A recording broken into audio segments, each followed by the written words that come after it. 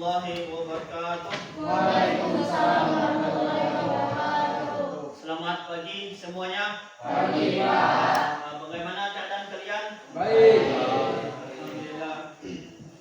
Baik, sebelum kita memulai pembelajaran, marilah kita bersama berdoa yang akan dipimpin oleh Ahmad Said. Kepadanya kita persilakan. Sebelum memulai pelajaran kita pada hari ini, marilah kita berdoa menurut agama dan kepercayaan kita masing-masing. Berdoa dimulai.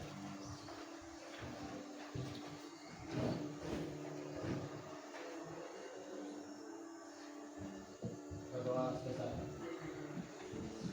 Dan dalam pembelajaran kita sudah berdoa yang mudah-mudahan dalam pembelajaran kali ini kita diberikan pemahaman dan kelancaran dalam pembelajaran ini. Amin ya. Selanjutnya Bapak akan mengecek kehadiran semuanya. Ahmad Said, Bapak Iqmal Abrar, Iqmal Akbar, Suci Ramadan, Hadir, Pak. Sifa Adiza, Hadir, Pak. Ahmad Januar Besar.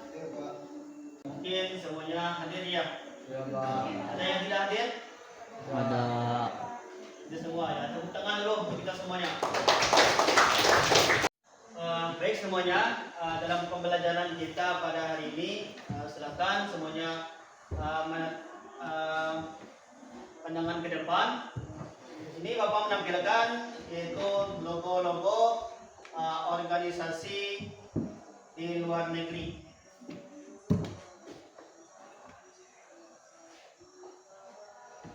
Bisa dilihat?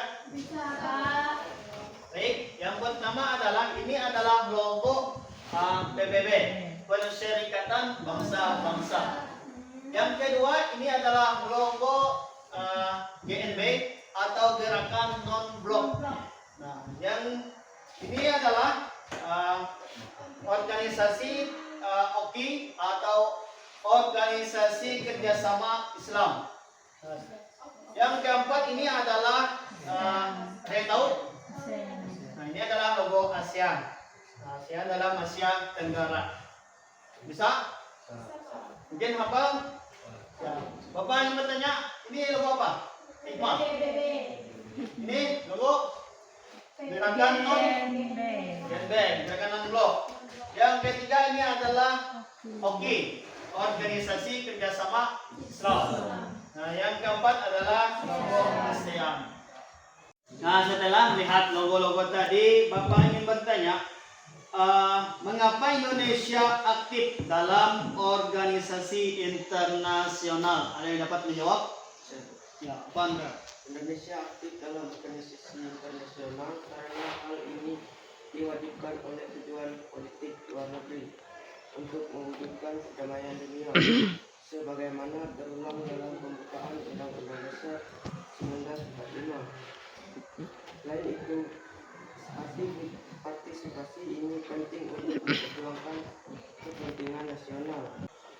Ya, tepuk tangan kepada Andra.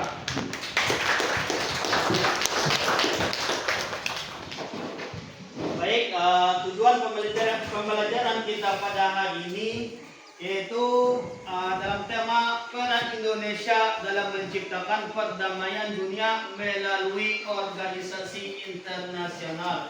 Seperti yang kita sudah lihat tadi, ada 4. Pertama, organisasi internasional yang diikuti oleh Indonesia adalah pertama adalah PBB, kedua adalah apa tadi? GNB, ketiga adalah OKI, keempat adalah ASEAN, dan banyak lagi yang tidak kita sebutkan. Baik, tujuan pembelajaran kita pada hari ini yaitu yang pertama, peserta didik mampu menjelaskan peran organisasi internasional dalam menciptakan perdamaian dunia. Kedua, menguraikan peran Indonesia di PBB, ASEAN, OKI, dan GNB. Dan ketiga, dapat mengkomunikasikan hasil analisis dalam diskusi secara santun. Dan keempat, menumbuhkan sikap kerjasama dan tanggung jawab selama pembelajaran. Hadiah lagi kepada semuanya, kita speaking lagi untuk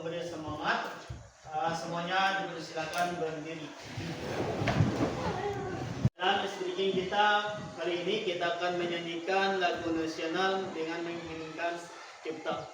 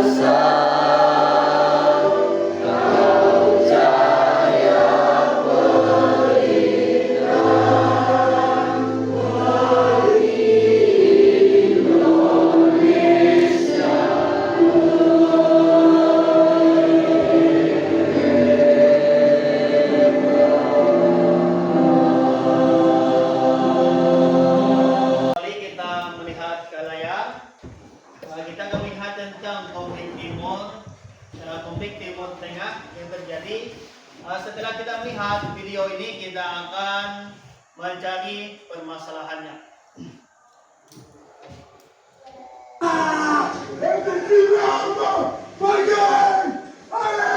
Israel mendapatkan peringatan keras tentang status di dataran Golan. Kementerian Luar Negeri Suriah menegaskan bahwa Golan tanah Suriah dan tak ada legitimasi bagi pendudukan Israel di sana. Mengutip Al-Mayadin pada 3 Desember, hal itu dilaporkan oleh Kemenlu Suriah dalam pernyataan resmi. Perlu diketahui, Kemenlu Suriah menegaskan bahwa Damaskus turut dalam perundingan teknis yang menyangkut keamanan Suriah. Ditegaskan itu tidak berarti Suriah mengabaikan hak tegasnya atas Golan yang diduduki. Lantas, Kemenlu menegaskan bahwa Golan tetap milik Suriah dan pendudukan Israel tidak memiliki legitimasi.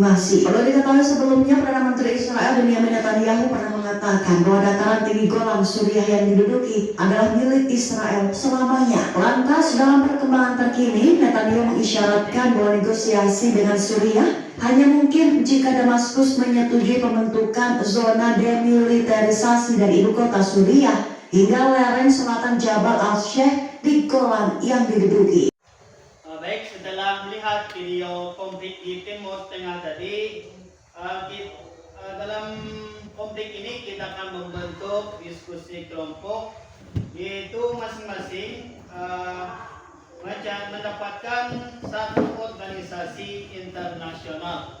Kelompok satu melakukan PBB, kedua ASEAN, kelompok ketiga OKI, dan keempat GNB.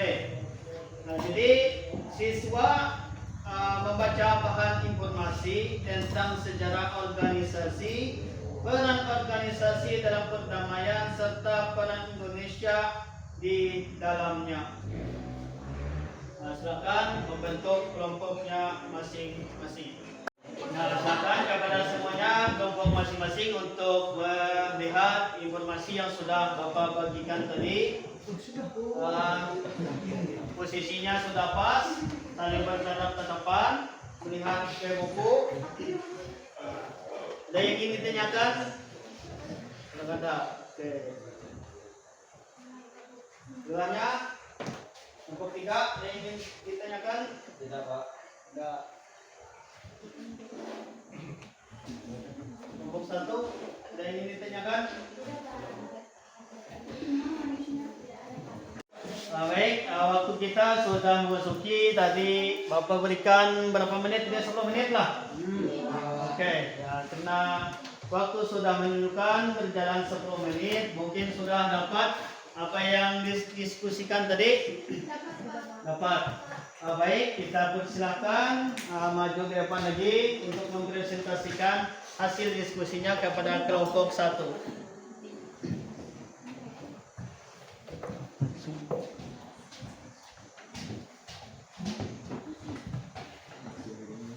Peran Indonesia dalam organisasi internasional dalam PBB sebagai salah satu pendiri KTT Asia Afrika yang mendasari keterlibatan dalam misi perdamaian PBB, misi Garuda di berbagai negara konflik seperti Lebanon, Kongo, dan Kamboja. 3 kali terpilih menjadi anggota tidak tetap Dewan Keamanan PBB, berpartisipasi aktif dalam Dewan HAM PBB.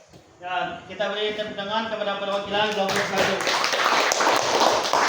Kita persilakan kepada kelompok 4 untuk maju ke depan mempresentasikan hasil diskusinya. Nama saya Octavia dari kelompok 4. Dalam GNB, salah satu negara pelopor pendiri GNB menjadi tuan rumah KTT GNB di Jakarta pada tahun 1992 dan terpilih menjadi ketua GNB saat itu, berupaya meredakan ketegasan di kawasan bekas Yugoslavia dan menyelesaikan masalah utang luar negeri negara berkembang. Nah, kita beri tepuk tangan kepada perwakilan kelompok 4. Baik, kegiatan kita sudah memasuki kegiatan penutup. Dalam kegiatan ini, Bapak ingin menyimpulkan pembelajaran kita pada hari ini. Yang pertama adalah Indonesia aktif dalam organisasi internasional untuk memperkuat perdamaian dunia melalui hubungan diplomasi, mediasi, dan kerjasama global.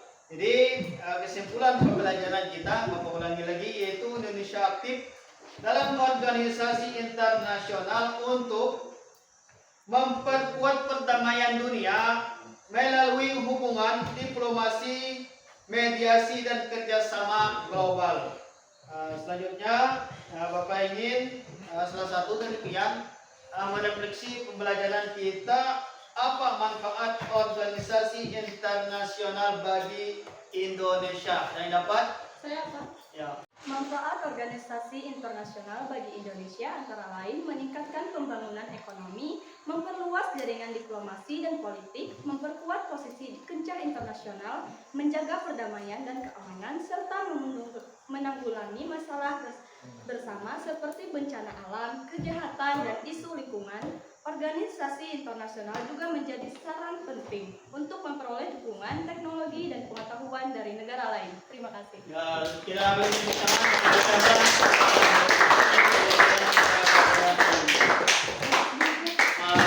dalam Bapak lagi dalam meningkatkan atau mengukur penguasaan materi kita pada hari ini, yaitu peran Indonesia dalam menciptakan perdamaian dunia melalui hubungan melalui organisasi internasional.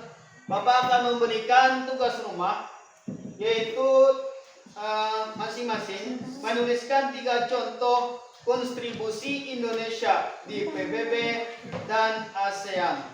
Nah, jadi tugas rumah kalian yaitu mencari 3 contoh kontribusi Indonesia di PBB dan ASEAN. Baik, sebelum kita sudah memasuki pembelajaran akhir, Bapak ucapkan terima kasih kepada semuanya yang penuh dengan semangat dan antusias dalam belajar. Beri tepuk tangan dulu untuk kita semuanya.